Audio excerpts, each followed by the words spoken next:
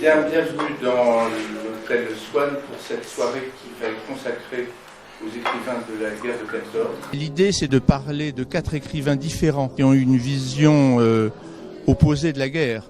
Proust et Céline, et Apollinaire et Alain Fournier.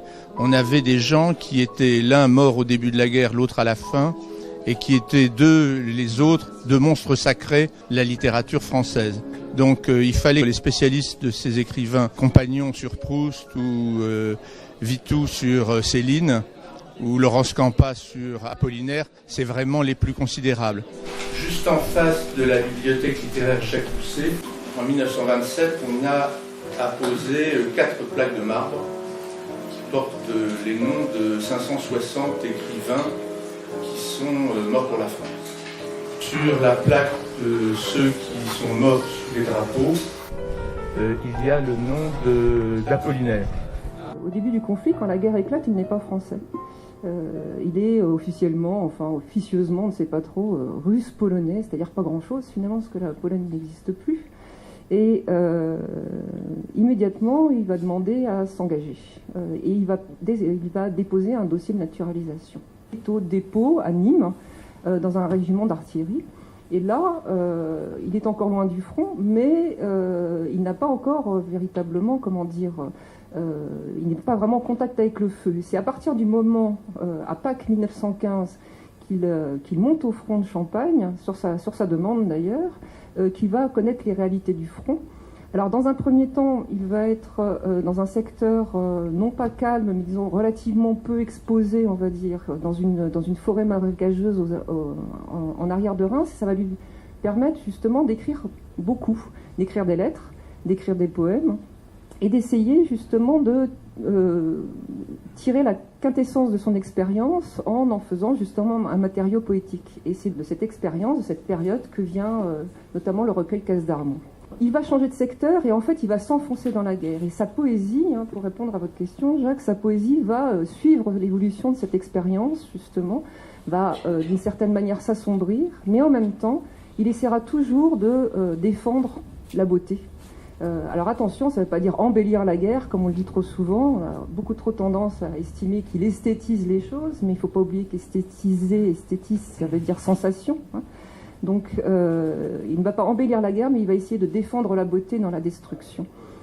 Et puis il va passer, sur sa demande aussi, en novembre 1915, dans l'infanterie. Donc là, il va connaître la vie des premières lignes, il va être beaucoup plus exposé, beaucoup plus menacé, on est en plein hiver. Et sa poésie aussi va s'infléchir de ce point de vue-là, c'est-à-dire qu'il va plus se considérer comme un moine, comme un gardien ascétique ou comme un guetteur mélancolique. Et puis il est blessé en mars 1916, il va avoir une très longue convalescence, et à son retour donc à la vie civile, si je puis dire, il va rester sous l'uniforme jusqu'à la fin, puisqu'il est engagé pour la durée de la guerre, mais il va reprendre ses activités à Paris. Il va essayer justement de démultiplier et de lutter contre sa faiblesse, qui est réelle, puisqu'il est trépané, notamment, il a été trépané. Et il va essayer de démultiplier, de retrouver finalement cette puissance vitale et créatrice qu'il avait avant la guerre, en multipliant les projets. Et là, on a à la fois des poèmes qui sont des poèmes très avant-gardistes, comme La Victoire, qui est à la recherche d'un langage nouveau, mais aussi des choses beaucoup plus sombres, par exemple, qui pleurent les morts, comme le poème Ombre. Mais c'est aussi à ce moment-là qu'il écrit, qu'il finit d'écrire et qu'il fait jouer les Mamelles de Tirésias, qui est en fait son drame surréaliste. Donc, pour synthétiser, si je puis dire, voilà, l'écriture poétique d'Apollinaire suit vraiment son expérience humaine et militaire jusqu'à la fin. Alain Fournier, lui, il fréquente Péguy dans les dernières années de sa vie, qui va être assez proche. Lui, il a passé le début de l'été 1914 avec Madame Simone, qui est sa maîtresse. Il a publié donc Le Grand Môle en 1913, qui est un roman qui a fait beaucoup parler, qui est un peu le roman de sa jeunesse. Voilà. C'était pas du tout le seul roman qu'il aurait voulu écrire. Quand il meurt, il a travaillé sur un deuxième roman. Quand la guerre éclate, voilà, il est à la fois très stupéfait et en même temps il a envie de faire son devoir. Et donc Madame Simone essaiera un peu d'intervenir, notamment auprès d'Aristide Briand, pour que peut-être il ait un poste un petit peu moins difficile, mais lui, voilà, un peu comme Peggy, tient absolument à partir.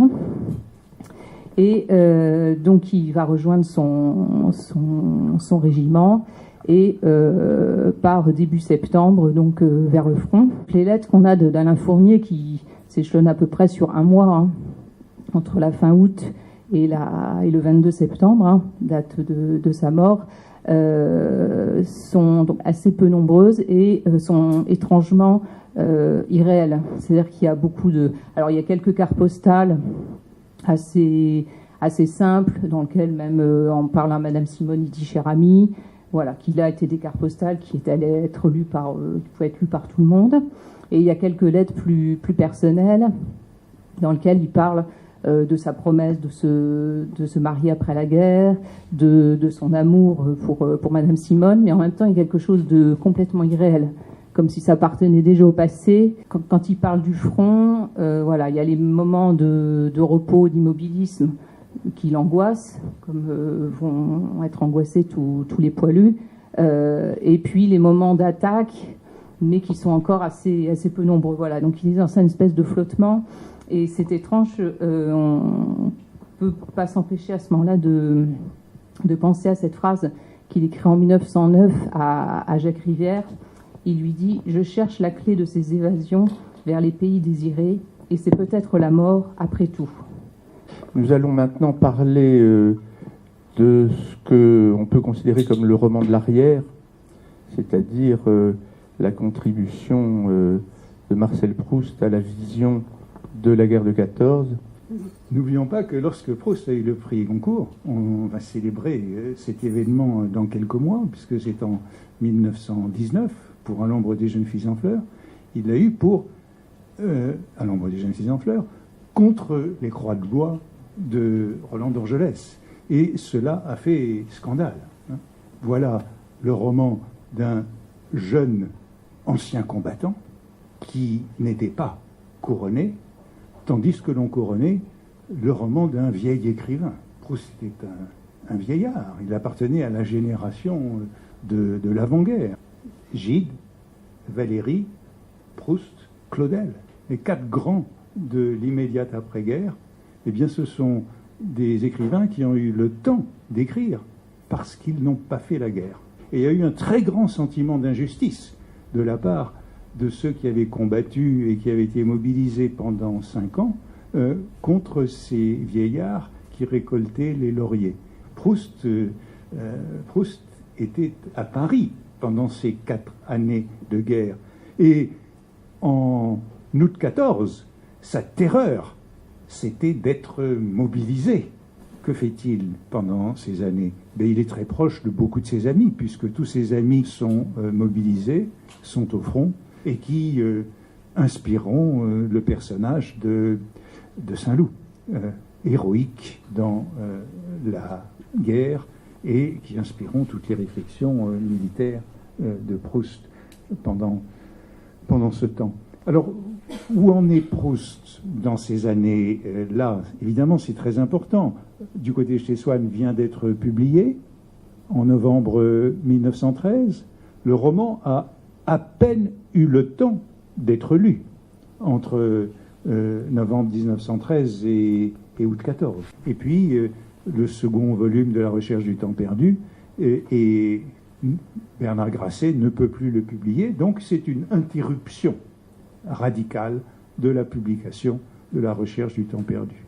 Le résultat, c'est que Proust se met aussitôt au travail et que les 4 années de la guerre seront exploitées pour faire ce qui est en quelque sorte un autre roman. Ce n'est plus le même roman qui est publié à partir de l'ombre des jeunes filles en fleurs et dans ce qui va suivre.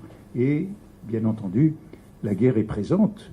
Je dirais qu'elle est présente partout, mais elle est présente surtout dans Le Temps retrouvé, où une grande partie du volume est consacrée à la guerre de Saint-Loup, telle qu'elle est rapportée au narrateur, et puis la guerre à Paris, la guerre à l'arrière. Et l'arrière, c'est un excellent poste d'observation pour savoir ce qu'est la guerre, ce qu'est une guerre. Avec Proust, Antoine Compagnon a rappelé l'importance de l'arrière et de ce que l'on voit de l'arrière et le climat que décrit Proust du Paris de la guerre. Avec Céline, si je puis dire, on a les deux à la fois, puisque Céline, dans ses livres, décrit la guerre, décrit sa guerre, et en même temps décrit le monde de l'arrière par justement le biais des hôpitaux militaires en particulier et de la société française de cette époque. Sachez simplement que ce jeune homme qui ne savait pas du tout ce qu'il serait plus tard, puisqu'il n'avait pas fait d'études, finalement s'est engagé dans l'armée volontairement, dans les cuirassiers, à Rambouillet, 2 ans avant la guerre. Il ne pensait pas, je crois, être militaire de carrière, mais c'était une occupation, ne sachant vraiment pas quoi faire. À aucun moment à cette époque-là, il aurait envisagé une seconde de pouvoir être écrivain. Céline, au 12e cuirassier à Rambouillet, où il est basé, donc accueille à ce moment-là la guerre de 14, et on peut penser que Céline l'accueille comme beaucoup de jeunes gens, avec un certain enthousiasme, tout ce qu'on a 1000 fois évoqué, la fleur au fusil, on partait, ça serait le temps d'un été, et c'était la gloire et la vengeance contre les Allemands après la défaite de 1870. Céline ne va connaître, lui aussi, au fond, que la guerre qui ne sera pas du tout la guerre décrite par des écrivains comme Maurice Genevoix, comme Roland d'Orgelès, comme Henri Barbus en France, ou du côté allemand, mettons, par l'un des plus grands écrivains de la guerre de 14, à mes yeux, qui est Ernst Junger. Lui, il va connaître une guerre encore relativement de mouvement, mais il va connaître aussi une guerre abominablement sanglante. Des dizaines de milliers de morts, parfois dans une seule journée. Le cuirassier Destouches, Louis Destouches, il n'a pas encore emprunté à sa grand-mère le pseudonyme de Céline pour écrire, et on en est encore très très très loin. Lui se retrouve cuirassier d'abord en Lorraine, où il assiste dans cette arme totalement désuète, qui est la cavalerie. On imaginait des chevaux, comme ça, des gros chevaux, et lui, avec ce harnachement très lourd du cuirassier, ça paraît complètement anachronique par rapport à la guerre de 14-18, se retrouve témoin d'abominables massacres durant des offensives calamiteuses en Lorraine, puis assez vite, en septembre 1914, va être muté sur le front des Flandres, en quelque sorte, lui qui est très courageux, on peut l'imaginer, d'après les rapports que l'on a militaires, qu'il est toujours volontaire pour des missions assez périlleuses. Il sert de liaison entre 2 régiments d'infanterie au moment d'une tentative d'offensive. Et c'est à ce moment-là, dans cette mission qu'il a de liaison, où il s'était porté volontaire, qu'il est blessé très grièvement au bras. Céline, après cette blessure, après des marches et des marches à pied pour regagner des postes de secours, finalement, et différents séjours dans les hôpitaux, se retrouve à Paris à la fin de l'année 1914. Et là, il va voir ce monde de l'arrière, justement. Alors, il est très difficile aujourd'hui de faire la part de la vision qu'il nous donne de ces aventures, essentiellement dans Voyage au bout de la nuit, mais ce thème de la guerre revient de manière obsessionnelle dans de nombreux autres écrits de Céline, Guignolsband, Ferry, pour une autre fois, et on a l'impression qu'à mesure qu'il évoque cette guerre, de manière directe dans Voyage au bout de la nuit, puis de manière indirecte dans les autres livres, et en particulier dans ce qu'on appelle les chroniques de la deuxième partie de sa vie, l'hallucination ne cesse de monter. Ce délirant qu'est Céline ne cesse de grossir la vision qu'il a de la guerre. Il écrit cette phrase que je trouve assez belle. Il écrit « Proust, mi-revenant lui-même, s'est perdu avec une extraordinaire ténacité dans l'infini, la diluante futilité des rites et des marches qui s'entortillent autour des gens du monde, gens du vide, fantômes de désir, partouzards indécis, attendant leur bateau, toujours chercheurs sans entrain d'improbables citerres. Et cette phrase, c'est au moment, justement, à l'arrière, au moment où il est frappé par ce contraste entre une certaine mondanité frivole avec des chants héroïques pour envoyer les autres au casse-pipe, et ce qu'il a vécu. Quand on lit les lettres d'Aragon à Breton en 1918, on voit bien qu'Aragon est beaucoup plus insolent par rapport à Apollinaire. Quand Apollinaire meurt de la grippe espagnole, je ne l'ai pas dit, mais parce que ça me semble tellement évident, puis je suppose que tout le monde le sait, mais donc je le répète quand même. Il est mort de la grippe espagnole le 9 novembre 1918, c'est-à-dire 2 jours avant l'armistice. Donc, quand Apollinaire meurt, Aragon, prenant le parti de Jacques Vacher, dit bon, très bien, un bon débarras, en gros. Breton ne voit pas du tout les choses de cette manière-là, et Soupeau est très affecté aussi. Ils auront quand même l'idée, comme beaucoup d'autres gens, d'autres comme Léoto aussi, qui n'a rien à voir avec les futurs surréalistes, qu'ils ont fait une perte absolument immense. Quand on apprend la disparition d'Alain Fournier, même si effectivement pendant toute la guerre on n'est pas certain qu'il soit mort, mais enfin en tout cas on n'a plus de nouvelles de lui, il y a quand même déjà des articles nécrologiques qui paraissent, des hommages, et puis il y a des lettres privées dont il est question d'Alain Fournier, et Léoto dit c'est dommage, c'était un être plein de grâce qui avait beaucoup d'avenir devant lui, mais en même temps il a voulu faire la guerre. Il dit on n'a pas à se plaindre de mourir quand on était prêt à donner la mort. Voilà, qui est une des phrases sans doute les plus cruelles qu'on puisse se dire à la fois sur Alain Fournier et même sur tous ces soldats qu'on a enrôlés. Alain Fournier, il est plus porté par une idée d'héroïsme et de défense de la patrie, parce que c'est aussi un enfant, un jeune homme qu'on a éduqué dans la revanche des années des défaites de 1870. Donc c'est quelque chose qu'on apprend à l'école de la République. Avec Jean Laville de Mirmont, on est sans doute avec le premier écrivain qui meurt et qui a déjà deviné que l'héroïsme n'était plus possible, en tout cas dans cette guerre. Il parle à sa mère, en parlant de la guerre, il dit que c'est une guerre lente et sans musique. Voilà, donc il est très déçu. C'est la tante, notamment. Sandra, Apollinaire, ils sont tous dans ce désenchantement qui est peut-être celui qui l'exprime le plus, c'est Drieux-La Rochelle. Lui, il a lui-même déjà une sorte d'écœurement pour sa personne. Il songe même au suicide, Drieux-La Rochelle, parce qu'il s'aperçoit qu'il ne pourra pas être un héros.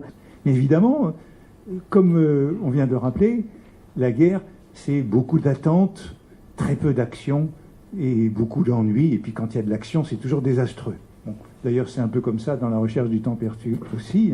Beaucoup d'attentes et quand il y a de l'action, c'est des fiascos, toujours. Mais comment ? C'est la vie. C'est la vie. Et c'est pour ça que la guerre, c'est vraiment l'allégorie de la vie pour tous ces gens qui vivent la guerre. Et qui vivent la guerre comme la vacance. Quand j'avais fait cette anthologie, c'était ce qui m'avait frappé. La guerre, c'est les grandes vacances. Parce que c'est un régime d'anomie. Et pour Proust aussi, il a 4 ans de loisirs. Il en fait un otium studiosum, donc il se remet au travail, il transforme le roman. Alors, quelles sont les transformations ? Bon, il y a d'immenses transformations. C'est un autre roman. La Sodome et Gomorrhe, Albertine, la prisonnière et Albertine disparue sont écrits dans ces années de guerre, donc n'auraient pas existé s'il n'y avait pas eu la guerre et que le roman avait suivi le programme prévu en 1913. Mais ces transformations-là, sont-elles liées à la guerre ou sont-elles liées au loisir donné à Proust par la guerre? Alors qu'est-ce qui peut être lié à la guerre ? On a tout de même dans Proust de la description des bombardements de Paris, ce qui est assez singulier et presque unique que ces avions sur Paris. Mais je crois qu'il y a un certain nombre de choses fondamentales. Je dirais premièrement la langue. La guerre de 14 a transformé la langue française de manière profonde. Nous employons un nombre considérable de mots qui ont été introduits en français pendant la guerre. Et Proust, qui se promène avec ses petits carnets, on a les carnets à la Bibliothèque nationale, il note les mots des permissionnaires. Il y a un contact dans la guerre de melting pot social auquel Proust est très très sensible. Certes, la langue parlée était présente du côté de chez Swann, mais et je dirais pas, c'est pas encore le voyage au bout de la nuit. C'est pas le voyage au bout de la nuit, assurément, et la révolution qui sera accomplie par le voyage au bout de la nuit. Mais il y a dans l'œuvre de Proust une sensibilité de plus en plus grande à cette pluralité des langues dont est faite la langue française.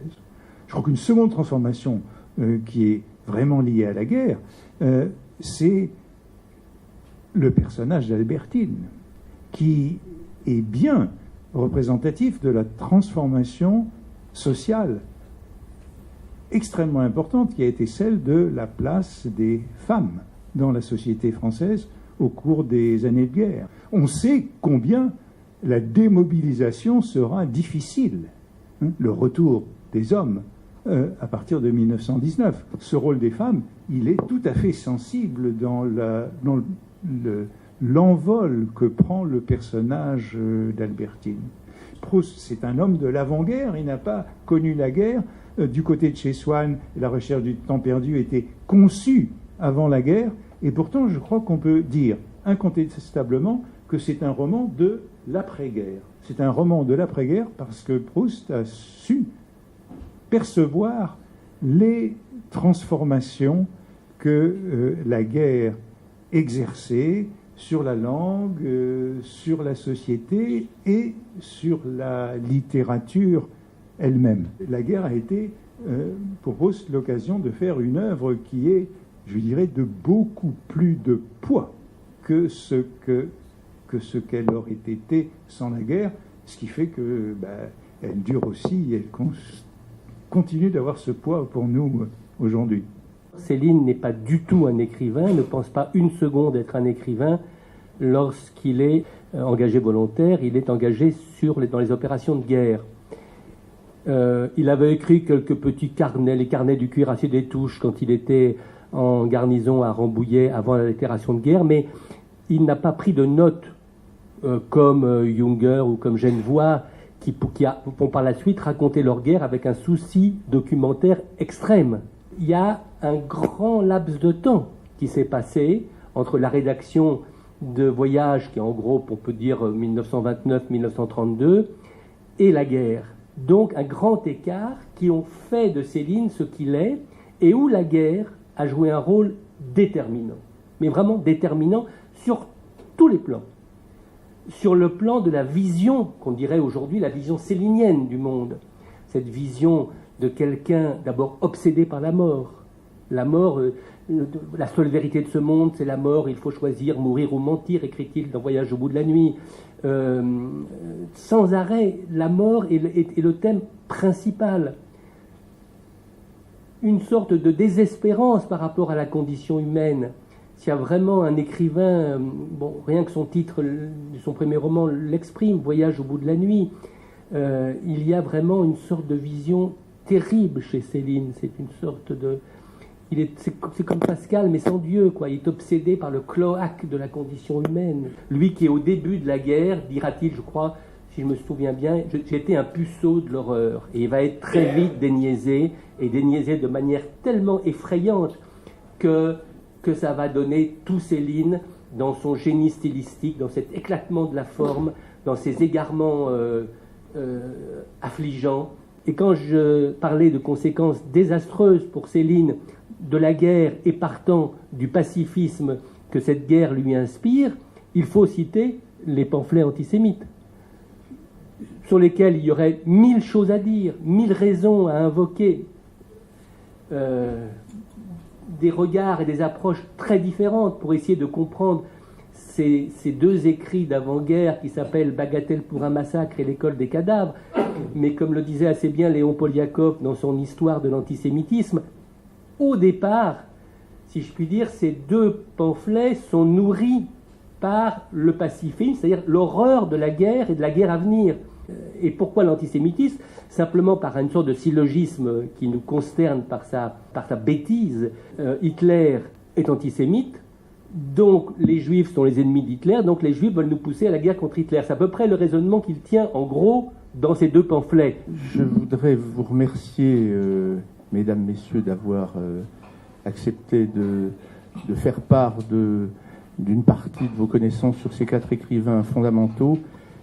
Dans l'entrée de l'hôtel, vous verrez les éditions originales de la plupart des livres dont nous avons parlé.